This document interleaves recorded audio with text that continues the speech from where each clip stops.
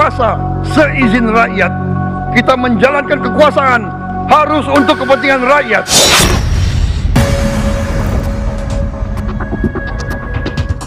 Mendagri ini adalah salah satu poros pemerintahan yang mengkoordinasikan pemerintah daerah. Kami mensupport semua program itu dengan memobilisasi, mengkoordinasikan pemerintah daerah untuk mendukung semua program di daerahnya masing-masing. Jadi memang itu konsekuensinya di tengah semangat efisiensi yang digaungkan oleh pemerintah pusat, tapi di satu sisi pemerintah sendiri makin gemuk gitu si kabinetnya. Jadi kan memang ini tidak sejalan dengan semangat yang digaungkan.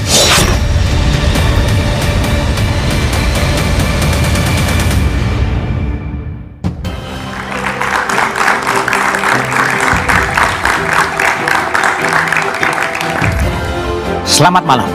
Hampir 1 tahun sudah perjalanan pemerintahan Prabowo Gibran. Berbagai catatan kinerja dan kebijakan jadi sorotan dan tolok ukur. Bukan sekedar momentum 365 hari pertama dan realisasi janji kampanye semata, tapi setahun perdana yang juga akan menjadi bukti bagaimana pemerintahan Prabowo Gibran mengawal bangsa. Tak dapat dinafikan persoalan kestabilan politik, keamanan, ekonomi, dan kesejahteraan masyarakat melalui berbagai program pemerintah hingga hari ini masih menjadi asa yang terus dinanti publik. Tak terkecuali kinerja birokrasi dengan 54 kementerian dan lembaga. Sudah cukup efektifkah kinerja kabinet gemuk Prabowo Gibran? Bagaimana catatan para guru besar melihat perkembangan pemerintahan saat ini? Inilah Satu Meja The Forum. Catatan jelang setahun pemerintahan Prabowo Gibran.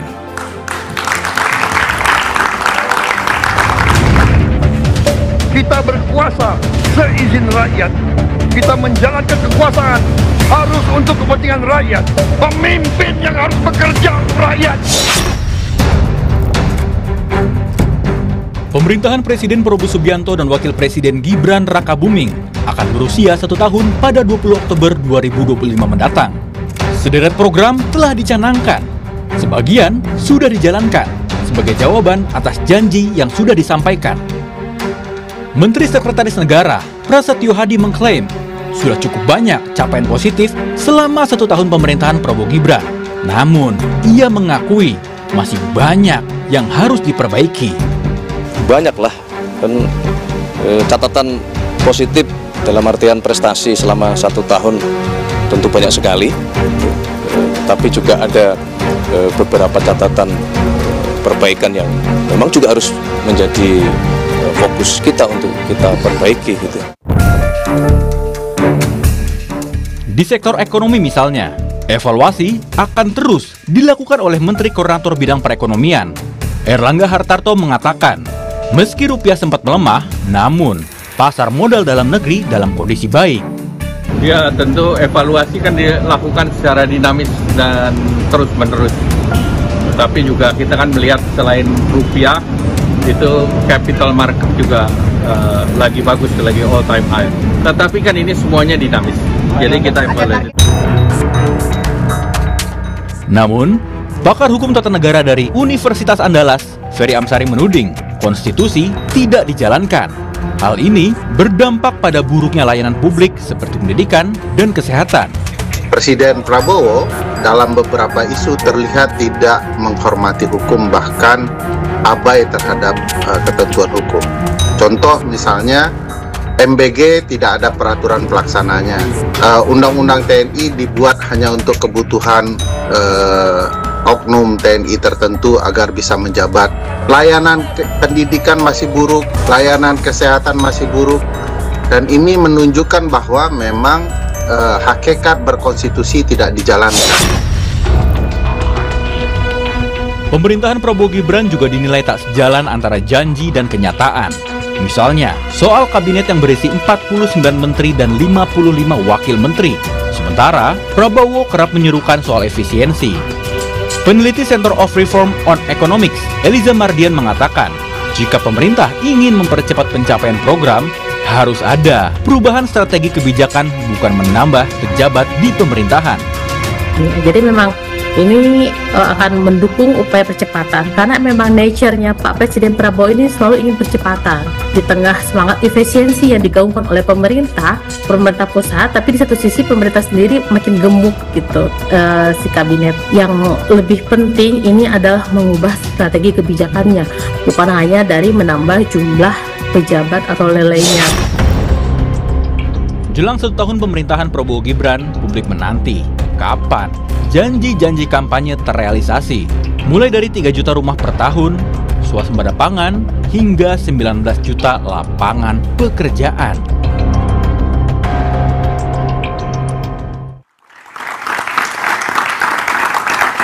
Tentang jelang setahun pemerintahan Prabowo Gibran adalah tema Satu Meja The Forum malam hari ini. Kami sengaja mengundang 5 guru besar. Yang di studio ada Profesor Sulistiowati Irianto, Guru Besar Antropologi Hukum Universitas Indonesia. Malam, Prof. Sulis. Kemudian ada Profesor Rias Rasid, Guru Besar Otonomi Daerah dari IPDN. Malam, Prof. Rias. Dan di sebelah kanan saya ada Prof. Susi Dwi Harjanti, Guru Besar Hukum Tata Negara Universitas Padjadjaran. Prof. Susi, selamat malam. Dan terhubung melalui sambungan Zoom ada Profesor Nazamuddin, Guru Besar Ekonomi Universitas Syah Kuala di Banda Aceh. Malam, Prof. Nazam. Selamat malam. Dan ada Guru Besar Ilmu Arsitektur Universitas Hasanuddin dari Makassar, Profesor Triyatni Marto Senjoyo. Malam, Prof. Triyatni. Ya, oke. Malam, Pak Budi. Saya akan mulai dari ujung barat terlebih dahulu dari Prof. Nazamuddin. Prof. Nazam, jadi kalau Prof. Nazam dari pemikiran Prof. Nazam di Aceh, bagaimana Prof. Nazam melihat setahun dari pemerintahan Prabowo Gibran, Prof. Nazam? Baik, terima kasih Pak Budiman. Yang pertama, saya memandangnya bahwa pemerintahan sendiri belum stabil ya. Artinya dalam beberapa waktu, dalam setahun ini sudah 4 kali reshuffle kabinet. Itu satu. Kemudian yang kedua, beberapa kebijakan ya seperti misalnya gas LPG 3 kg berubah kebijakan. Kemudian yang terakhir, pergantian Menteri Keuangan, berubah kebijakan. Nah, saya kira kebijakan yang dilandaskan pada siapa yang menjalankan itu adalah inkonsisten dengan apa yang sudah tertulis di dalam katakanlah Astagata pemerintahan Prabowo Gibran. Dan semestinya dokumen-dokumen perencanaan seperti RPJM yang sudah disusun itu dijalankan secara konsisten. Kemudian juga pemerintahan harus stabil dalam hal katakanlah kabinetnya yang bisa menjalankan tujuan-tujuan dari pembangunan selama 5 tahun pemerintahan Prabowo Gibran ini. Tapi itu tidak terlihat selama setahun ini. Jadi perubahan-perubahan di dalam kabinet, perubahan dalam kebijakan, nah itu sangat sensitif bagi pencapaian target-target. Oke, baik, Prof. Nazam. Prof. Sulis. Prof. Sulis, kalau saya tanya, apa 3 kata kalau Prof. Sulis merumuskan setahun perjalanan pemerintahan Prabowo Gibran? Semakin menguatnya masyarakat anti-sains. Semakin menguatnya anti-sains? Masyarakat anti-sains, ya. Artinya berbagai kebijakan tidak didasarkan pada sains? Iya, itu dia. Berbagai kebijakan, program tidak didasarkan pada riset, assessment, data berbasis bukti. Kelihatannya hanya didasarkan pada kepentingan-kepentingan populis. Lalu juga itu kelihatan dari bagaimana para menteri membuat kebijakan yang kontroversial, nanti direspons, kemudian dianulir begitu ya. Dan secara lebih makro lagi adalah fokus pembangunan itu nampaknya lebih pada seperti pemerintahan yang lama, pada pertumbuhan ekonomi ekstraktif, tidak pada pembangunan manusianya. Bagaimana menciptakan manusia, anak-anak muda Indonesia menjadi orang-orang pintar sehingga mampu memproduksi sains, teknologi, produk-produk budaya begitu ya. Dan di kampus sendiri kelihatannya semakin banyak masyarakat kampus, para dosen yang teralienasi dari masyarakatnya. Kan tugasnya itu adalah memproduksi ilmu pengetahuan dan juga membangun budaya akademik, mengembangkan budaya akademik yang akan ditularkan kepada masyarakat sehingga masyarakatnya itu berpikir rasional. Tetapi nampaknya itu tidak berhasil kalau melihat sekarang ini. Oke, baik. Prof. Rias, Apa catatan Prof. Rias setahun pemerintahan Prabowo Gibran yang paling mencolok? Yang paling mencolok. Jadi begini, saya mau bicara secara umum dulu. Jadi pemerintahan Prabowo ini kan belum menemukan bentuknya. Belum menemukan bentuknya. Belum menemukan bentuknya. Ini masih proses. Sebenarnya saya belum terlalu lambat, 1 tahun kok cuma begini. Ya. Jadi ini belum memenuhi gambar yang dia pernah berikan sebelum jadi presiden. Bahkan di awal-awal bahwa dia akan membentuk kabinet second kabinet. Ini ahli. Tidak ada. Oke. Format kabinetnya itu bongsor, ya toh? Gemuk. Gemuk. Menko-menkonya ada berapa? Ini yang terbanyak sepanjang sejarah. Wakil menteri, semua kementerian punya wakil. Ini tidak pernah terjadi sebelumnya. Jadi seperti masih mencari bentuk. Dan saya tidak yakin bahwa ini bentuk yang dia inginkan. Jadi ini mungkin ada semacam jalan tengah dulu yang dia tempuh karena ada ikatan-ikatan dengan pihak lain misalnya, ya sehingga dia harus kompromi. Kabinetnya saja adalah sebagian tertentu itu adalah kelanjutan dari kabinet sebelumnya yang sebenarnya kinerjanya biasa-biasa saja, tidak ada luar biasa. Jadi semua imajinasi tentang pemerintahan yang baik yang dibayangkan dulu sebelum jadi presiden dan di awal-awal itu belum menjadi kenyataan. Nah, ini tim belum bekerja. Belum bekerja. Ya, ini masih yang menonjol yang Anda lihat itu ibu-ibu lihat itu cuma individual. Menteri Keuangan beraksi, Menteri Perumahan mau bangun sekian juta rumah, tapi ini belum merupakan satu kerja tim yang memberi kita satu keyakinan bahwa pemerintahan ini akan berjalan baik sampai masa tertentu. Ini kan cuma sisa 4 tahun lagi. Dan 1 tahun masa ini sebenarnya ini terlalu lambat untuk bisa sampai pada bentuk final dari pemerintahan ini. Prof. Susi, catatan Prof. Susi apa? Setahun pemerintahan Prabowo Gibran, apakah tadi ada kabinet yang gemuk, ada inkonsistensi? Kalau Prof. Susi lihat seperti apa? Saya melihat bahwa 1 tahun pemerintahan Prabowo ini tidak dapat membuktikan apa yang dijanjikan di dalam Asta Cita. Tidak dapat? Tidak dapat membuktikan bahkan flagship MBG yang dijadikan sebagai flagship dari pemerintahan Prabowo sampai dengan saat ini makin banyak rakyat yang mempertanyakan. Jadi catatan saya yang pertama, dia tidak dapat membuktikan Asta Cita itu dapat terlaksana dengan baik. Bahkan pada awal-awal saja sudah begitu banyak bermasalah. Catatan penting yang kedua adalah makin melemahnya negara hukum, demokrasi, dan hak asasi manusia. Padahal 3 hal ini merupakan dasar penyelenggaraan negara dan pemerintahan yang sangat penting.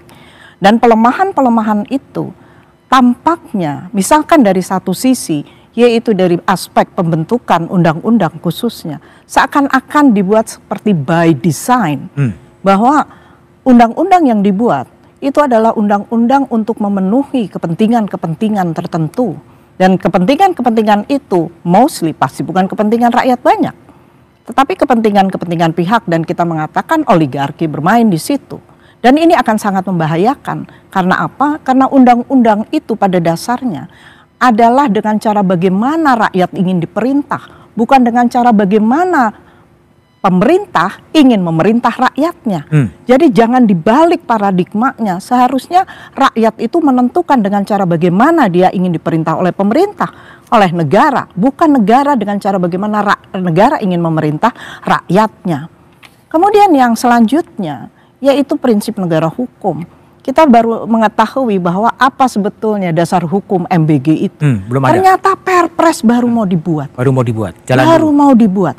Padahal di dalam prinsip negara hukum, segala tindakan yang akan dilakukan oleh negara itu harus didasarkan pada hukum sebelum tindakan itu dilakukan. Maka pertanyaan besar kita sekarang adalah, apakah Indonesia, khususnya pemerintahan Prabowo, masih dengan teguh menjalankan mandat Undang-Undang Dasar yang mengatakan prinsip negara hukum, atau jangan-jangan ini adalah rule by law, bukan rule of law. Dan yang lebih membahayakan lagi bagi saya adalah seakan-akan kepada rakyat diperlihatkan personalisasi negara pada siapa? Yaitu pada mereka yang sedang menduduki jabatan. Personalisasi negara yang terwujud di dalam mereka yang menduduki jabatan-jabatan. Baik, Prof. Saya ke Universitas Hasanuddin. Prof, jadi Prof Triatni gimana melihat 1 tahun pemerintahan Prabowo Gibran ini, Prof?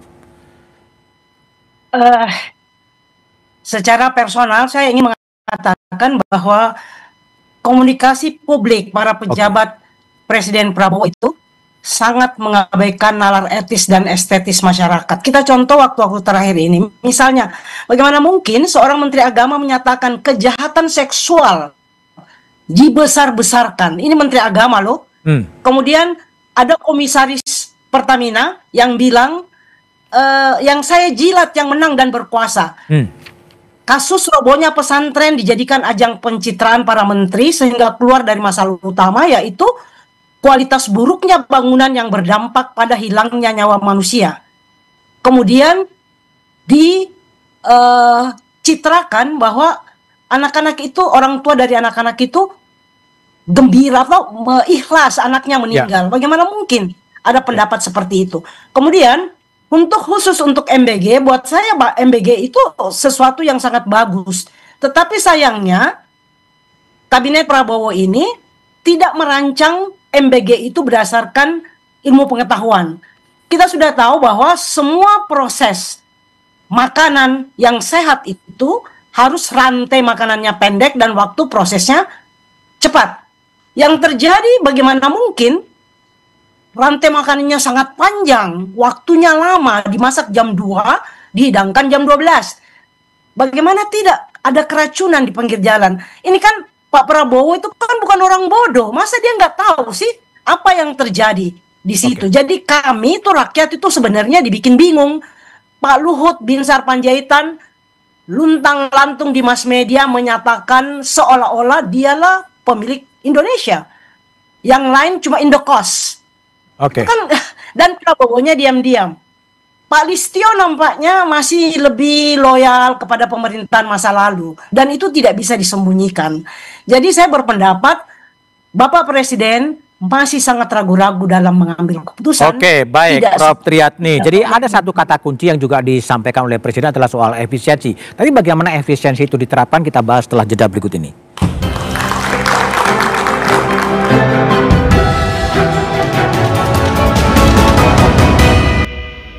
Efisiensi, dikurangilah perjalanan dinas, kurangilah rapat-rapat, kurangilah seminar-seminar, kurangilah kunjungan-kunjungan kerja, ya. Untuk apa lagi kunjungan kerja? Yang penting kerja, bukan kunjungan-kunjungan kerjanya itu.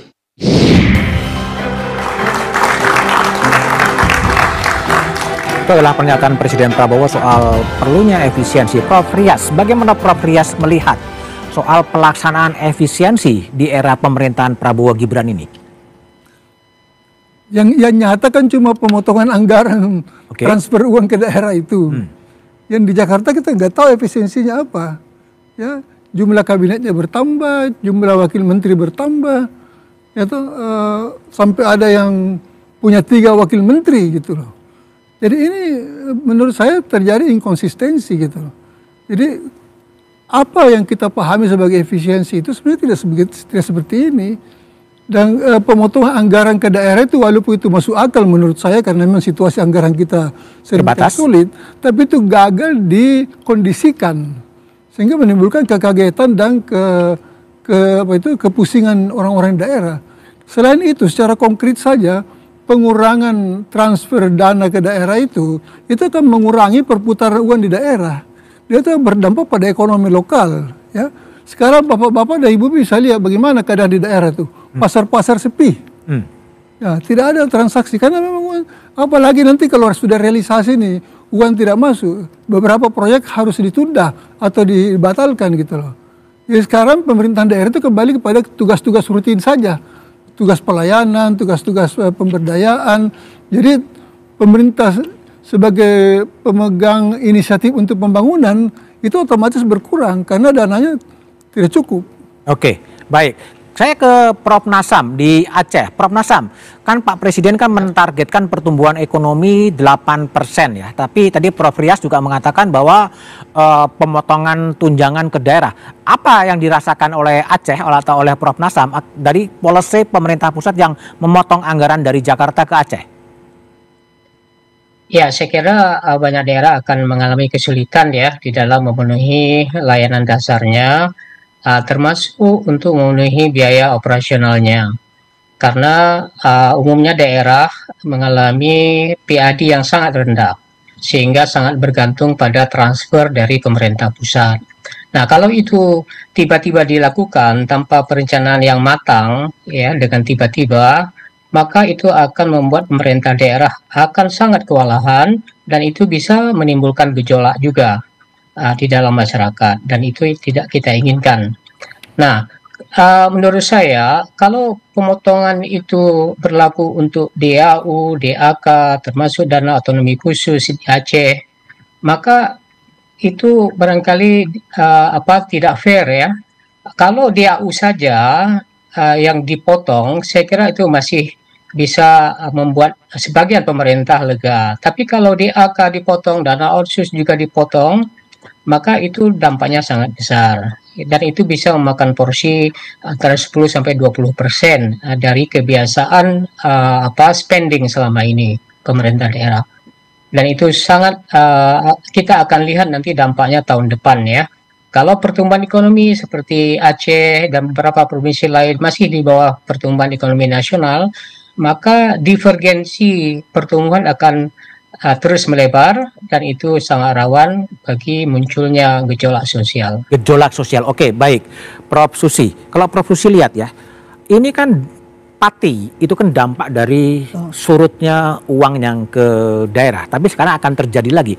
Apakah ini yang terjadi tidak belajar dari pengalaman pati, diulang atau gimana Anda?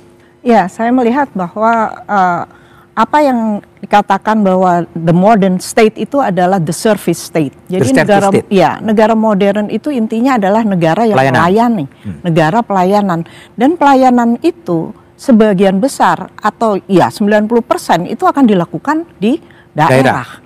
Dengan demikian, kalau kita kembali pati membara gitu ya.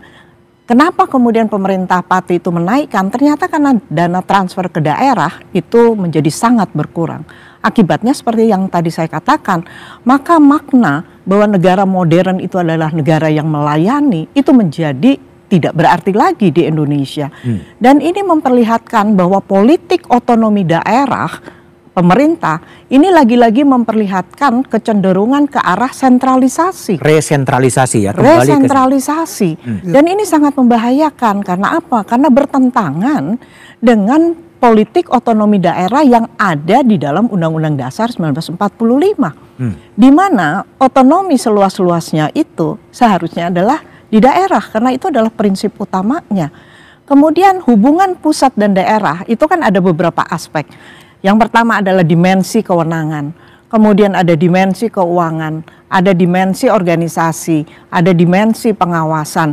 Dimensi keuangan itu akan sangat tergantung sampai sejauh mana pemerintah pusat itu menghargai urusan yang sudah diserahkan kepada daerah untuk diselenggarakan. Kemudian dimensi keuangan itu juga harus dipahami, tanpa sumber-sumber keuangan yang memadai, maka daerah tidak akan dapat melakukan pelayanan-pelayanan publik yang tadi sudah dikatakan adalah pelayanan yang dasar. Oke, baik. Prof. Sulis, kalau tadi Prof. Susi mengatakan bahwa seharusnya adalah modern state menjadi service negara pelayanan gitu, dan otonomi seluas-luasnya. Ini kok sekarang terjadi resentralisasi, semuanya serba Jakarta.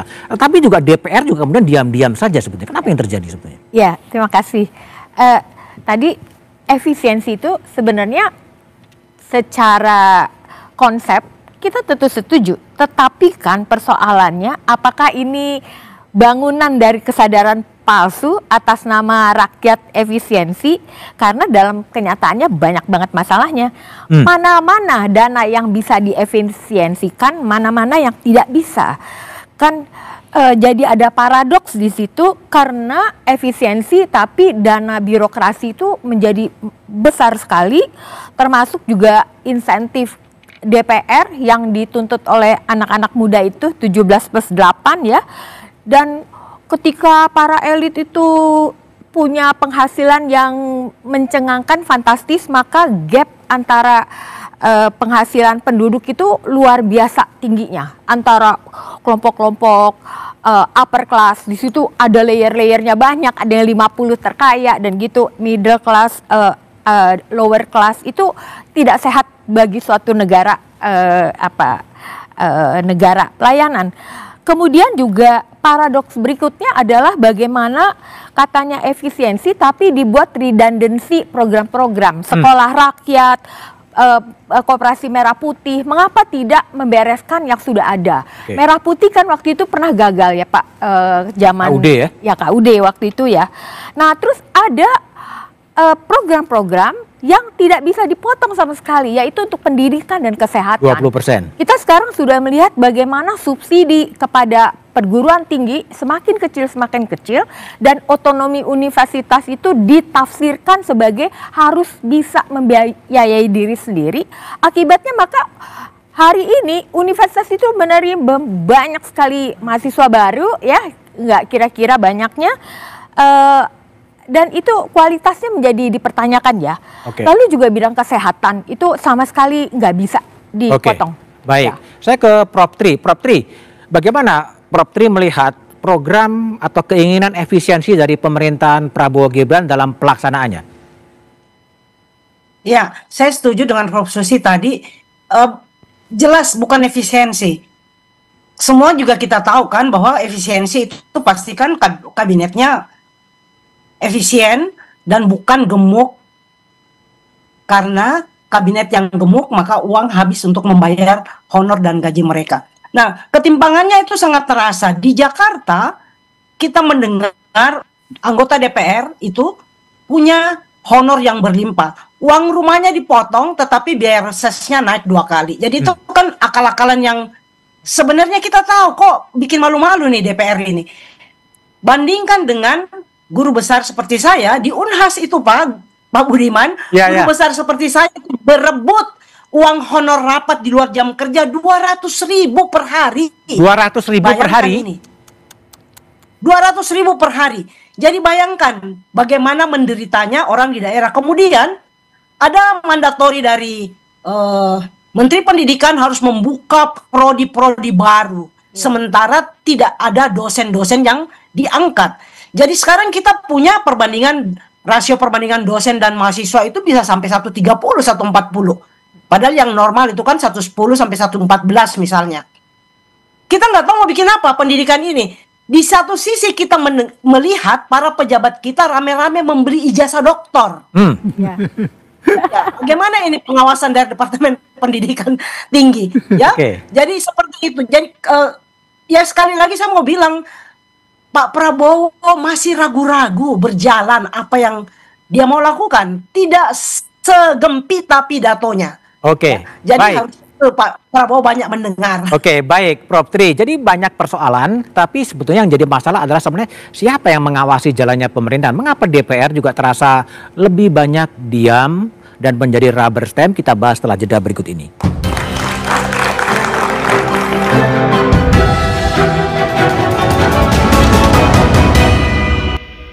Tidak semua negara mampu melaksanakan transisi kepemimpinan dengan baik dan lancar seperti kita. Di mana-mana ketika saya berada di luar negeri, banyak pemimpin negara sahabat bertanya kepada saya, "How did you do it? How did Indonesia manage?" Saya sampaikan ke mereka, kita berhasil karena kita menganut demokrasi yang khas Indonesia. Demokrasi yang sejuk.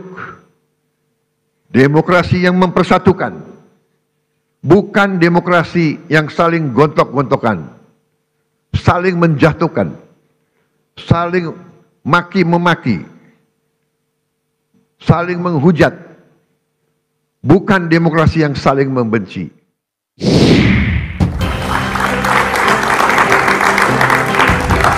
Prof. Rias, demokrasi khas Indonesia, tidak gontok-gontokan dan tidak saling membenci. Apa tafsir menurut Anda? Sebenarnya itu demokrasi umum ya begitu.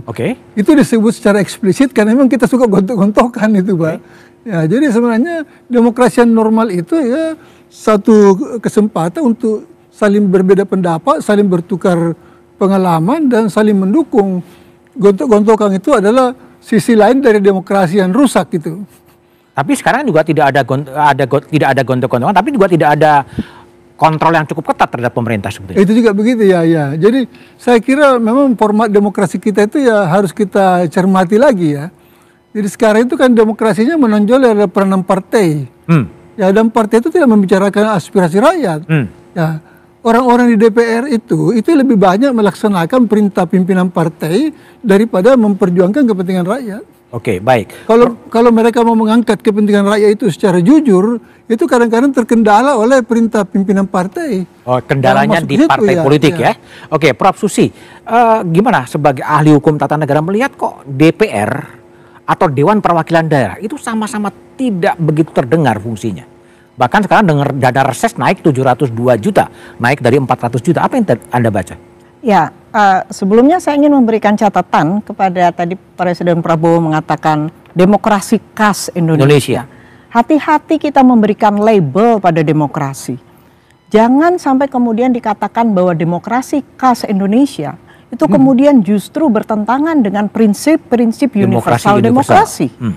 Jadi jangan berdalih bahwa Indonesia punya kekhasan demokrasi, tapi justru kekhasan itu dipakai sebagai tameng supaya tidak inline dengan prinsip-prinsip universal. Itu catatan saya terhadap tadi Presiden Prabowo mengatakan kekhasan demokrasi Indonesia. Catatan yang kedua yaitu mengapa DPR Indonesia tidak mampu menurut saya untuk menjalankan fungsinya sebagai lembaga demokrasi. Satu, karena tata cara pengisiannya bermasalah. Dan mengapa tata cara pengisian ini bermasalah? Tentunya juga berujung pada partai politik kita juga yang bermasalah. Di dalam salah satu survei yang pernah diselenggarakan atau pernah dilakukan di UK sesaat Inggris keluar dari Brexit, rakyat ditanya demokrasi seperti apa sih yang diinginkan? Rakyat mengatakan kami puas dengan demokrasi, tapi kami tidak percaya kepada politisi. Kuncinya di situ ya? Kami tidak percaya kepada politisi. Bagaimana demokrasi akan dapat berjalan dengan baik dan dilaksanakan oleh lembaga-lembaga demokrasi kalau partai politik yang menjalankan fungsi rekrutmen politik tidak dapat menjalankan fungsinya dengan baik? Akibatnya politisi-politisi yang mengklaim dirinya sebagai perwakilan rakyat yang duduk di DPR itu juga tidak dapat melaksanakan fungsinya sebagai representasi rakyat. Saya ingin mengatakan bahwa mereka tidak lagi dapat mengklaim bahwa mereka adalah representasi rakyat. Jangan-jangan mereka itu adalah representasi kepentingan. Kepentingan siapapun di situ. Kepentingan politik, ataupun juga kepentingan oligarki lainnya. Baik, Prof. Presiden. Saya ke Prof. Tri terlebih dahulu. Prof. Tri, gimana Prof. Tri melihat apakah Dewan Perwakilan Rakyat dan Dewan Perwakilan Daerah itu sudah bisa mewakili kepentingan-kepentingan rakyat sebetulnya?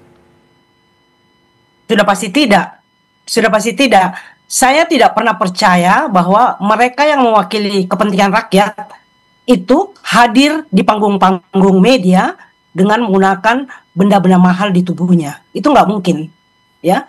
Jadi DPR berpesta-pesta di pesta flexing, kemudian rakyat mencatat harga perhiasan di tubuhnya, berlomba menggunakan perhiasan yang termahal, yang branded, yang bukan produk lokal Indonesia. Apakah mereka akan melayani rakyat? Pasti tidak. Itu sama dengan polisi. Bagaimana polisi misalnya yang di Makassar, AKBP punya Rubicon, apakah dia akan melayani rakyat? Pasti tidak. Jadi demokrasi sejuk itu tidak berarti kita menghalangi rakyat untuk berargumentasi mengkritik pemerintah. Apakah yang dimaksud Pak Prabowo itu, apakah demokrasi khas Indonesia itu mengabaikan rasa etis ketika para penegak hukum bisa duduk semeja dengan mereka yang bermasalah secara hukum? Itu kan telanjang di Indonesia. Apakah itu yang kita maksud dengan demokrasi sejuk khas Indonesia? Baik, Prof. Tri. Saya pindah ke Prof. Nasam terlebih dahulu. Prof. Nasam, gimana Aceh atau Prof. Nasam memandang demokrasi perwakilan di parlemen saat ini? Ya, barangkali secara simbolik ya ada wakil-wakil kita di DPR dan di DPD. Tapi kebijakan nasional sering sekali itu mengecewakan apa yang kita harapkan.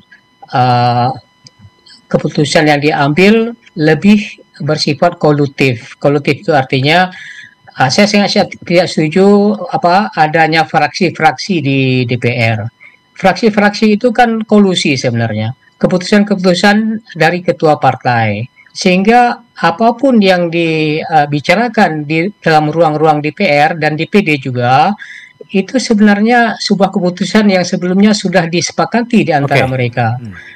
Sehingga suara rakyat ini, walaupun ada reses ke daerah, itu simbolik juga. Sebenarnya apa yang didengar, disampaikan di sana, tapi ketika keputusan dibuat, tidak mewakili perasaan mayoritas masyarakat.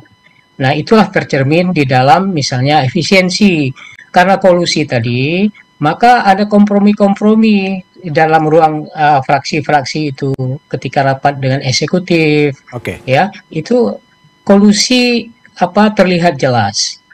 Oke, baik, Prof. Nazam, Prof. Sulis, sebentar ke Prof. ya.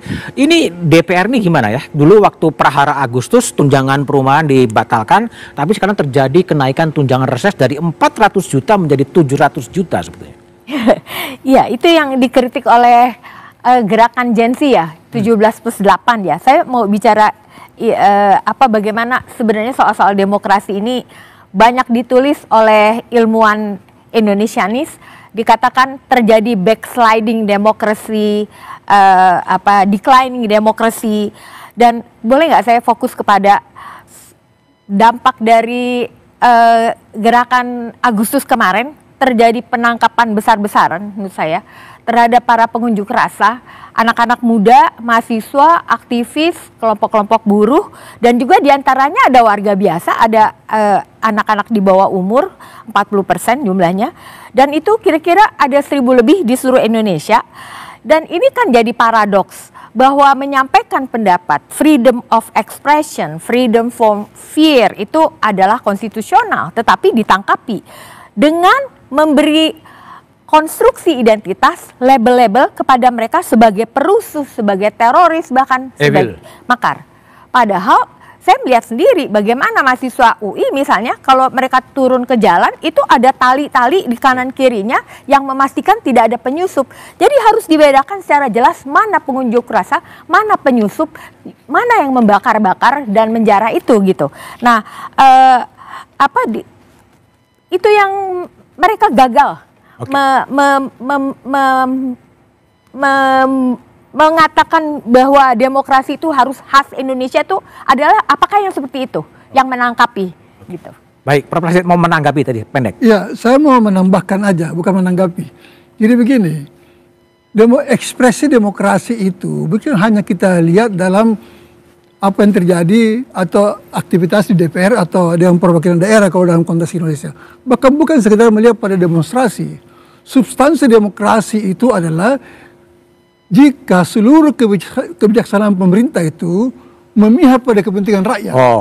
Itu yang paling penting. Jadi berdemokrasi bukan hanya DPR, bukan hanya partai politik, tapi pemerintah sendiri harus bertanggung jawab untuk mewujudkan demokrasi itu sesuai dengan substansinya kebijakan yang memihak. Jadi kebijakan yang tidak memihak pada rakyat itu anti demokrasi.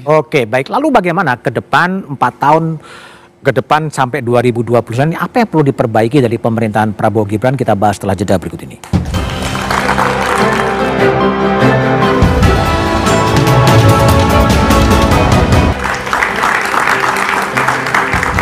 Masih bersama saya Budiman Tanurjo di Satu Meja The Forum. Prof. Tri, masih ada 4 tahun lagi masa jabatan Prabowo Gibran.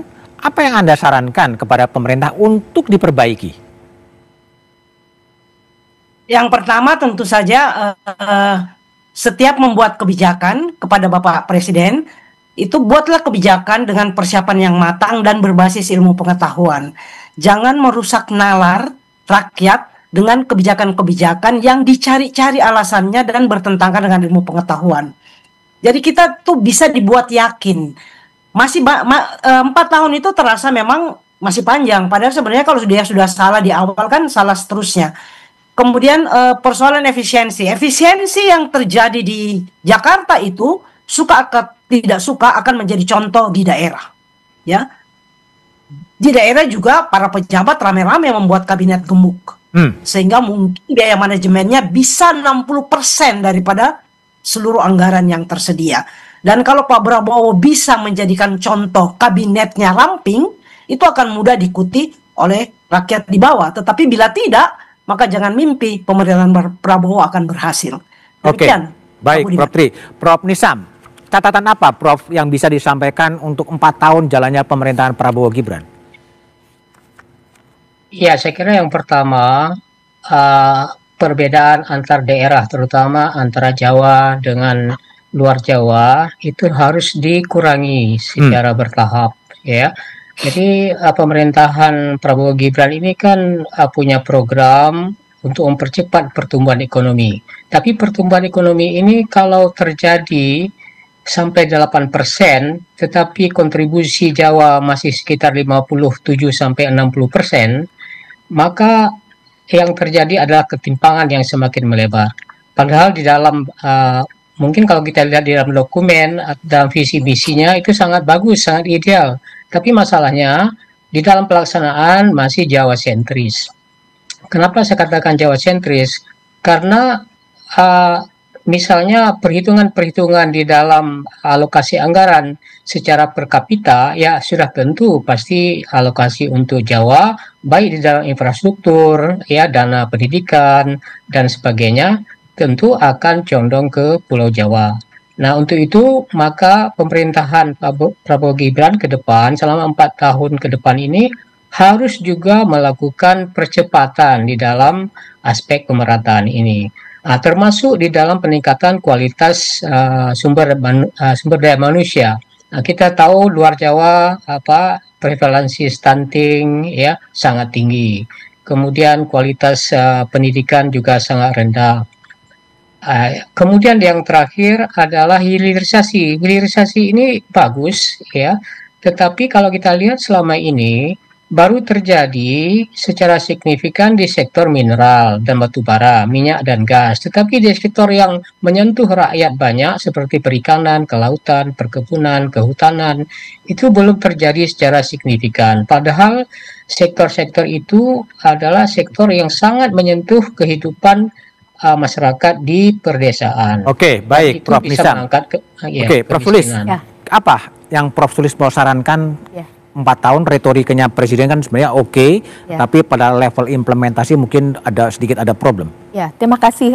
Saya tuh kok memimpikan bahwa negeri saya itu punya roadmap jangka panjang jauh ke depan Indonesia mau dibawa kemana. Kita berpikir tentang 2045 Indonesia emas, 5 tahun kemudian 2050 menurut laporan-laporan badan-badan dunia katanya akan terjadi abad keemasan Asia di mana Cina akan nomor 1, India nomor 2 dan kemudian negara-negara Asia lain. Apakah Indonesia akan bisa ikut menikmati kemakmuran Asia? Itu tidak otomatis. Yang harus mereka lakukan adalah pertama reformasi birokrasi, berantas korupsi karena banyak sekali masalah di bangsa ini ujung-ujungnya adalah korupsi. Dan yang paling penting menurut saya adalah pembangunan sumber daya manusia anak-anak muda, karena Tuhan itu mengkaruniai bangsa Indonesia suatu karunia yang tidak akan diberikan 2 kali, di mana anak-anak muda itu akan banyak jumlahnya dan bagaimana membuat mereka menjadi pintar, pandai, bisa memproduksi temuan-temuan sains, teknologi, budaya dan lain-lain sehingga bisa bersaing atau bisa berkolaborasi dengan bangsa-bangsa lain. Jadi kita meninggikan martabat kita sebagai bangsa itu. Oke, baik Prof. Sulis. Prof. Rias, di sekitar presiden ada penasehat khusus, ada utusan khusus yang dibentuk di sekeliling oleh presiden. Padahal di undang-undang kan ada namanya Dewan Pertimbangan Presiden, yang itu lebih konstitusional tapi juga kosong sampai sekarang. Jadi semua yang khusus-khusus itu sebenarnya tidak ada dasarnya. Tidak ada dasarnya. Jadi itu kayak spontanitas presiden aja memerlukan orang-orang ini. Jadi bukan tugasnya tapi orangnya harus masuk gitu loh. Sementara perintah undang-undang dasar mengenai Dewan Pertimbangan Presiden itu kan tidak dilaksanakan. Sudah 1 tahun ya, lembaga itu kosong. Kita tidak tahu alasannya kenapa gitu loh. Nah, yang kedua yang saya mau sampaikan adalah tentang masa depan kebijakan-kebijakan itu. Bagaimana supaya pemerintah pusat itu menyadari Indonesia itu adalah daerah-daerah. Jadi kalau pembangunan di daerah merosot, ya kehidupan merosot, itu Indonesia merosot, Pak. Setuju. Jadi jangan berpikir seolah-olah daerah itu adalah beban. Indonesia itu adalah daerah. Kalau Anda bicara mengenai kemakmuran Indonesia, maka itu kemakmuran di daerah. keadilan dan segala macam. Nah ini nggak bisa kita sembarangan mengurus daerah. Dulu kita sudah buat otonomi daerah dengan desain yang sangat bagus. Tapi kan resentralisasi seperti yang Anda katakan tadi. Resentralisasi, kebijakan-kebijakan yang dulu kita, kewenangan-kewenangan yang dulu kita letakkan ke daerah itu ditarik pelan-pelan ke Jakarta. Hanya sekarang Jakarta, daerah kembali tergantung lagi pada pusat. Nah ketika pusat mau bangkrut, tiba-tiba ada pemotor anggaran, kan kaget mereka. Ya, dan mereka tidak tahu mau bilang apa kepada rakyat. Ya, karena ini proyek-proyek yang sudah direncanakan misalnya tahun lalu, tiba-tiba tidak bisa dilakukan. Karena tidak ada dana. Nah, kenapa tidak ada dana? Karena memang tidak ada sumber dana yang cukup yang kita berikan kepada daerah. Jadi mereka, ya kasihanlah. Ya, yang berhadapan langsung dengan rakyat ya orang-orang di daerah itu. Baik. Prof. Susi, ini kan DPR kan sebenarnya oke lah ya, dengan tunjangan reses 702 juta gitu kan. Seharusnya kan dia bisa lebih artikulatif menyampaikan aspirasi-aspirasi dari daerah pemilihannya. Tapi kok kelihatan tidak ada gregetnya. Apa yang terjadi menurut Anda? Ya, saya ingin kembali lagi tadi pada beberapa prinsip utama penyelenggaraan negara yang di awal sesi ini saya sudah katakan itu makin melemah atau jangan-jangan malah dimatikan secara perlahan-lahan. Negara hukum itu bicara mengenai adab kekuasaan. Dan ketika bicara mengenai adab kekuasaan, maka itu akan sangat tergantung pada tipe kepemimpinannya, yaitu tipe leadership seperti apa yang akan dilakukan. Dan ketika kita bicara mengenai kepemimpinan, maka mau tidak mau kita bicara mengenai statesmanship. Statesmanship versus leadership itu tidak dapat dikategorikan hanya berdasarkan keterampilan berpolitik, kemudian juga keterampilan berargumentasi. Demagog itu adalah leadership, leader. Demagog itu adalah pemimpin. Tetapi dia bukan pemimpin seperti seorang statesman. Kita menginginkan statement itu adalah constitutional officer. Semua yang duduk di dalam jabatan negara itu kita menginginkan sebagai constitutional officer, termasuk anggota-anggota DPR tersebut. Jadi kepada mereka, mereka harus merasa bahwa mereka adalah pejabat-pejabat yang diberi mandat konstitusi. Dengan segala tugas dan wewenangnya. Dan apa akibatnya? Mereka harus dapat bertanggung jawab kepada rakyat. Jadi ketika mereka diberi tunjangan yang begitu besar, siapa yang merencanakan tunjangan itu? Pastilah pihak eksekutif menurut saya. Karena itu yang mengajukan rancangan undang-undang APBN pasti pihak eksekutif. Oleh karena itu kita membutuhkan anggota-anggota DPR yang mempunyai kompetensi yang sangat tinggi untuk bisa membedakan pada jalur mana saya berjalan di arah yang benar dan saya tidak di-trap oleh kepentingan-kepentingan tertentu. Jadi dia harus pintar untuk itu. Kalau misalkan dia diberi tunjangan yang cukup tinggi, dia bisa saja mengatakan kami tidak pantas untuk mendapatkannya. Kami tidak pantas untuk mendapatkan privilege karena kami duduk di sini berdasarkan suara rakyat. Dan saya ingin mengatakan bahwa demokrasi itu menghadapi dua ujian yang sangat besar.